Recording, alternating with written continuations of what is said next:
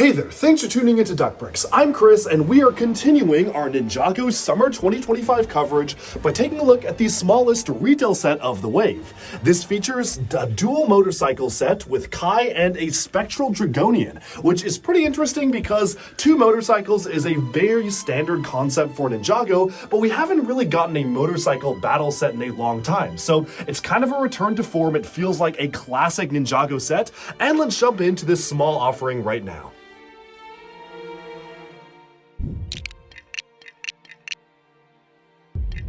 Alright, here is the smallest set of the Dragons Rising Season 3 Part 2 wave. It's 71838 Kai's Motorcycle Speed Race. It retails for $10 or 10 euros and comes with 79 pieces.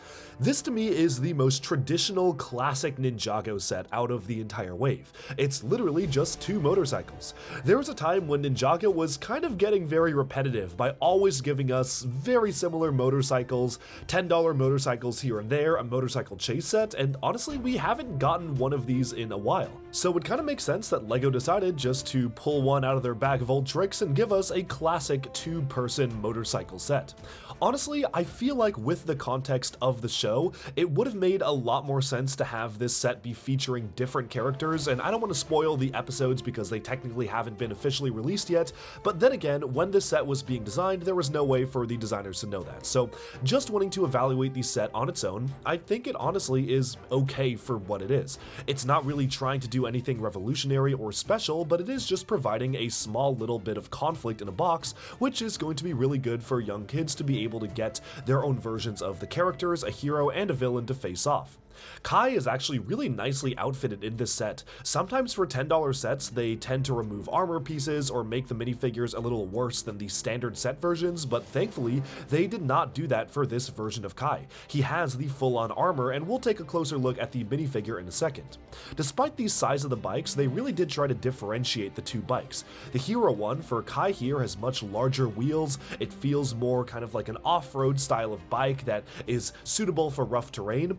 I actually really appreciate how the headlight here does kind of look like it almost is covering part of the wheel, like it arcs right into the wheel, if you know what I mean. So it's very, very tight in the way that it's built. You've got two sides on each end to add that Ninjago flavor, but otherwise it is a very basic build for a bike. It's just using the relatively newer style of motorcycle wheel containment pieces that they introduced just a few years back.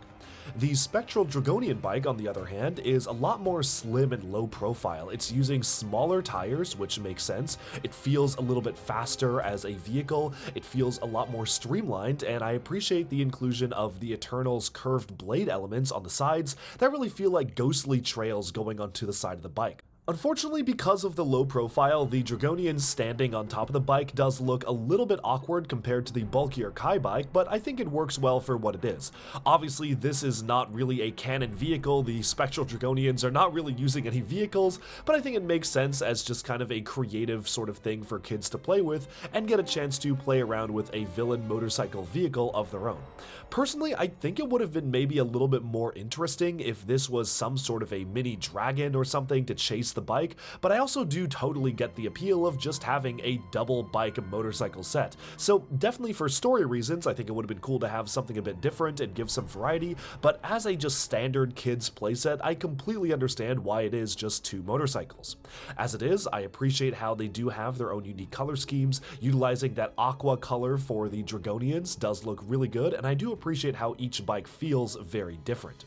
That being said, there's honestly not that much I actually have to say about this set. It's a $10 set. Honestly, I don't really have much cause to complain about the price. We've gotten a lot of $10 double bike battle sets in Ninjago's history, and this one really is no different.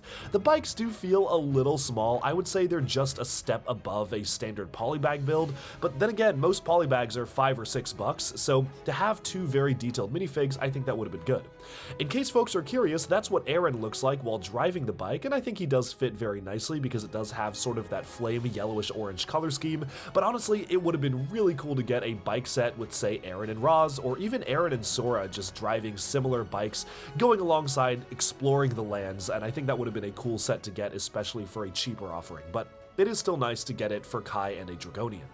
Taking a look at the minifigures, this is our spectral suit version of Kai. He is utilizing a brand new armor piece, which is really nicely done. I love the bamboo style aesthetics on one side, the dragon head on the other, the fact that it's dual molded so you can see the pupils in the dragon eyes and a very large mask on the front of the face. The only downside is that much like the other Dragons Rising masks, there is no way to turn the head. You cannot pose your minifigures when they're wearing the armor pieces like this, and so I actually had to commit the cardinal sin of LEGO minifigures and chop off the front of the mask for Kai and Cole because I had 2 extra copies of them, because it just doesn't really make sense to me to have the mask be built into the armor. I understand why they do it. They are trying to come up with a system of armor pieces and to make it compatible with different types of upper hoods. Don't worry, I totally get that and I understand why they're doing it. I'm just not the biggest fan of the system because I really do enjoy being able to pose my minifigures, and it is a big damper on posability. With the armor removed, you can see that all of the ninja are sporting some dark tan and dark red designs, which looks pretty nice. I like the more haphazard kind of drawing of the logo on the back, almost like it's painted on, as well as the hanging tassel on the front of the torso. I think it definitely is just something that makes these ninja suits feel more unique. You've also got that sort of elemental design in the orange on the front of the torso. It almost looks like a wave of fire, so altogether, these suits are actually doing quite a lot in terms of having their own visual identity, yet also feeling like they are part of one lineup of suits. They're maybe some of my favorite suits we've gotten in Ninjago in a long time. I definitely love the armor pieces, and again, just wish you could turn the heads. In terms of the Spectral Dragonian, the villain for this set, I actually really love the way that they have made the Dragonians feel very unique and different compared to the first half of the year iteration.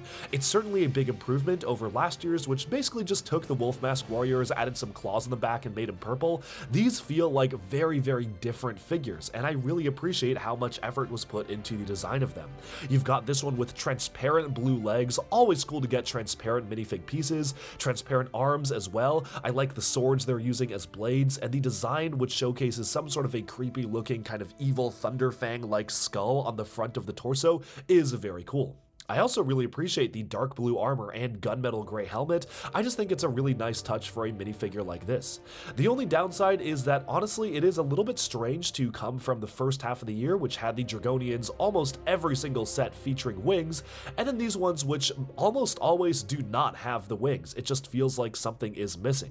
Still, it is very cool to get that specialized print with the Forbidden Five or Evil Thunderfang symbol on the back of the head. You can kind of use your own imagination and pretend it's maybe breathing out some magic or something like that by reversing the head, and I do like how they have given you that option as an alternate design, but altogether, color scheme wise, red, transparent blue, and light aqua is such a cool color scheme for these minifigs, and I'm definitely a big fan of this villain faction.